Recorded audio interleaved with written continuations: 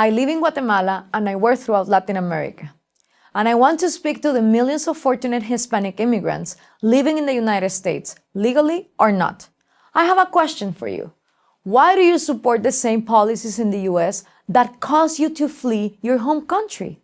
The policies I'm talking about are those that lead to a bigger and bigger central government. You know only too well that the more power the government has, the more corrupt it becomes. My home country, like most other nations in Central and South America, is very poor. 54% of the population lives in poverty, and 13% live in extreme poverty. Half of all children under 5 are chronically malnourished. Crippling government corruption is the norm. Opening a new business can take months, even years, because of a multitude of regulations that are designed to line the pockets of bureaucrats. So the cost is much too high for the average citizen. Quite simply, unless you're politically connected in Guatemala, you probably want to leave. And in the last 20 years, many Guatemalans have left. Or to put it more honestly, they fled. The fortunate ones reached the United States, the freest and wealthiest nation in human history. There are at least 1 million Guatemalans living in the US.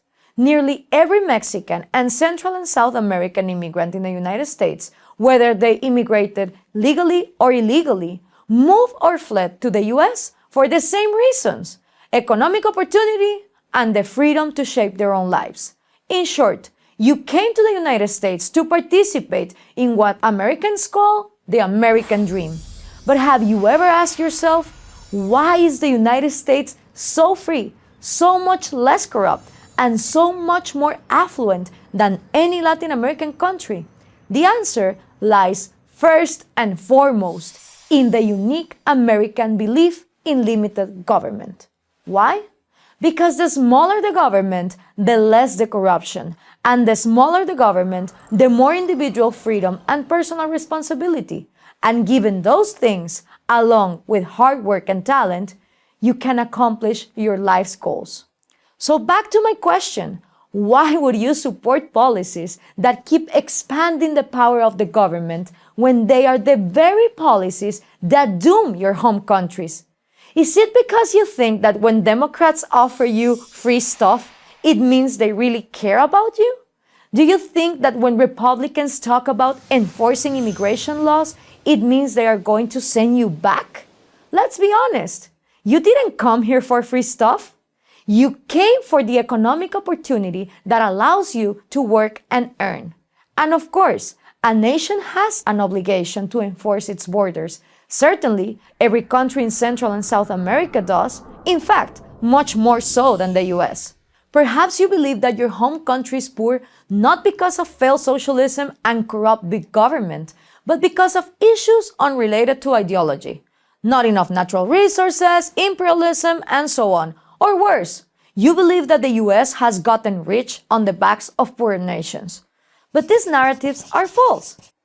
There are many nations blessed with abundant natural resources that are poor, and they are poor overwhelmingly because of corrupt governments and policies that destroy incentives to produce. Look at Venezuela, which has vast oil and mineral reserves, but has shortages of every basic necessity. Why? Because of socialist policies, because of those same deceiving politicians who promise to fight for the people and give you free stuff. And you're going to fall for these lies again in your adopted country? Do you think by electing politicians who will fight for the people, fight for social justice, and raise taxes on the 1% who are exploiting the wealth of the 99% that you will get ahead? In other words, will you support the same policies and vote for the same types of politicians here who made such a mess back home? The United States became wealthy because its government stayed out of the way of its citizens. The more power you give to the government, the less power you have to control your own life. Prosperity and opportunity diminish as government grows. So why did you, like so many of my fellow Guatemalans, come to the US? Because your society was broken. You chose to make a new life in the United States. You could have gone to another Latin American country with a similar culture and the same language as your home country, but you didn't. because the United States is different. Please, help keep it that way. I'm Gloria Alvarez, author of The Populist Deception for Prager University.